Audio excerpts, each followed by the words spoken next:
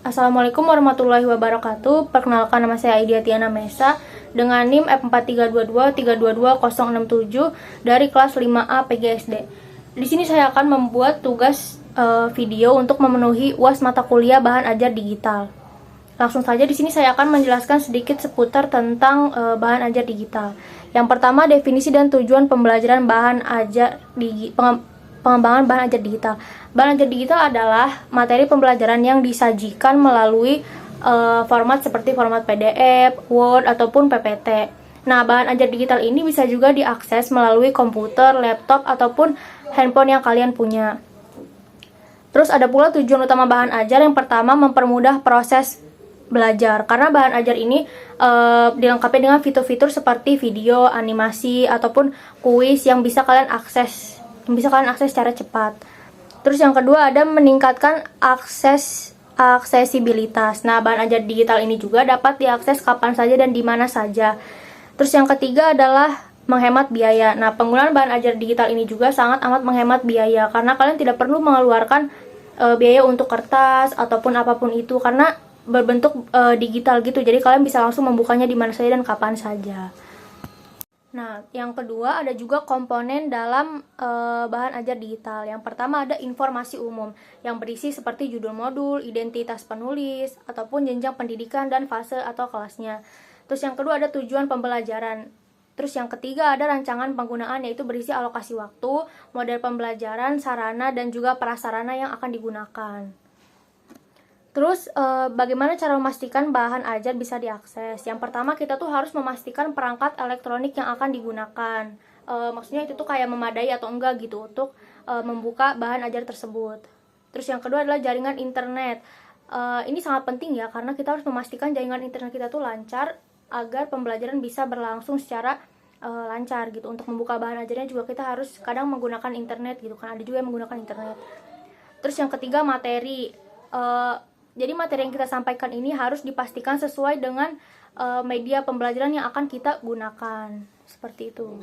Dan yang ketiga ada kriteria yang dipertimbangkan dalam memilih media digital. Yang pertama itu sesuai dengan tujuan. Sesuai dengan tujuan yaitu media yang dipilih harus sesuai dengan tujuan pembelajaran yang telah ditetapkan. Yang kedua sesuai dengan materi. Media ini juga harus menyesuaikan dengan materi yang akan diberikan. Terus yang ketiga sesuai dengan kemampuan guru. Media yang dipilih harus sesuai dengan kemampuan dan keterampilan guru. Terus contoh media sederhana yang digunakan untuk pembelajaran berbasis proyek yaitu WhatsApp ya. Jadi WhatsApp ini bisa membuat siswa tuh berdiskusi. Terus WhatsApp juga ada fitur kayak video call, telepon, ataupun voice note yang memudahkan siswa untuk menjelaskan sesuatu secara langsung gitu, tanpa harus nulis atau gimana gitu. Yang dimaksud bahan ajar interaktif dan juga mengapa penting bagi siswa. Yang pertama, bahan ajar interaktif adalah bahan ajar yang menggabungkan beberapa media pembelajaran. Dan kenapa penting bagi siswa? Karena untuk meningkatkan keterlibatan siswa dan juga membuat pelajaran lebih menarik. Dan yang kedua ada skenario sederhana mengenai langkah-langkah pembelajaran di Canva. Yang pertama, kalian bisa menambahkan slide pertama, kalian bisa menambahkan ilustrasi hutan, air, atau apapun itu. Kalau misalkan pembelajaran yang kalian buat ini mengenai media pembelajaran mengenai ekosistem, itu slide pertamanya kalian bisa nambahin kayak ilustrasi air ataupun hutan gitu. Terus bisa juga menggunakan template ya. Jadi di Canva ini banyak sekali template. Terus yang kedua, kalian juga bisa menggunakan grafik sederhana yang ada di Canva. Terus yang ketiga, masukkan grafik yang kalian pilih itu ke slide yang sedang kalian edit. Terus yang ketiga, kalian juga bisa memasukkan beberapa pertanyaan ke slide selanjutnya. Terus ada juga fitur interaktif Canva. Yang pertama itu adalah bisa menggunakan animasi. Bisa menggunakan animasi seperti elemen gitu. Kalian bisa menggunakannya itu di Canva. Terus ada juga interaktivitas dan articulate. Yang pertama itu bisa menginfor materi dari Canva. Terus yang kedua bisa menambahkan interaktivitas, yaitu klik pada gambar hewan untuk perannya. Kayak misalkan klik hewannya terus kalian bisa kasih di situ perannya untuk apa gitu. ini kalau misalkan kalian lagi bikin bahan pembelajaran mengenai ekosistem ya, mengenai hewan.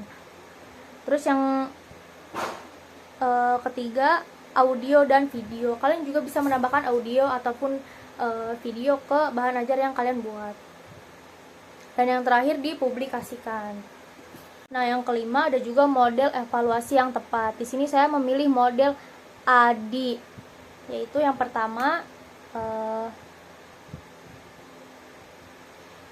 itu menganalisis. Kayak kita menanyakan ke siswa apakah mereka perlu belajar dengan menggunakan video, audio ataupun gambar.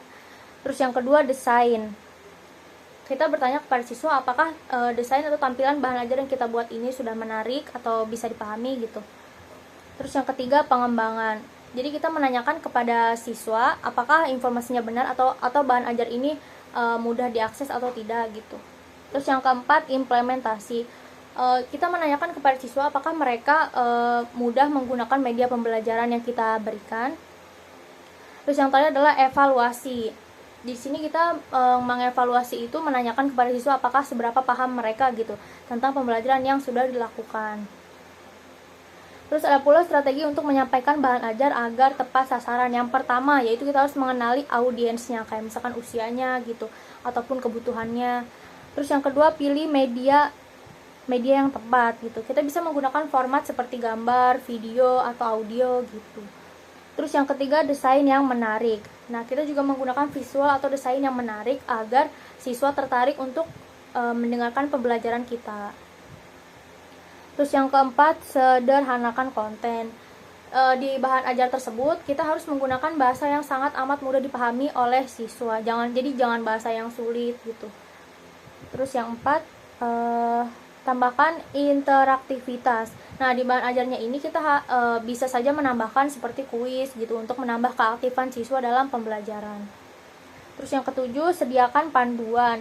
Nah, kita juga bisa memberikan panduan ke siswa ini kalau misalkan bahan ajar yang kita gunakan itu agak sulit ya. Jadi kita bisa menyantumkan panduan atau cara-cara bagaimana menggunakan bahan ajar tersebut.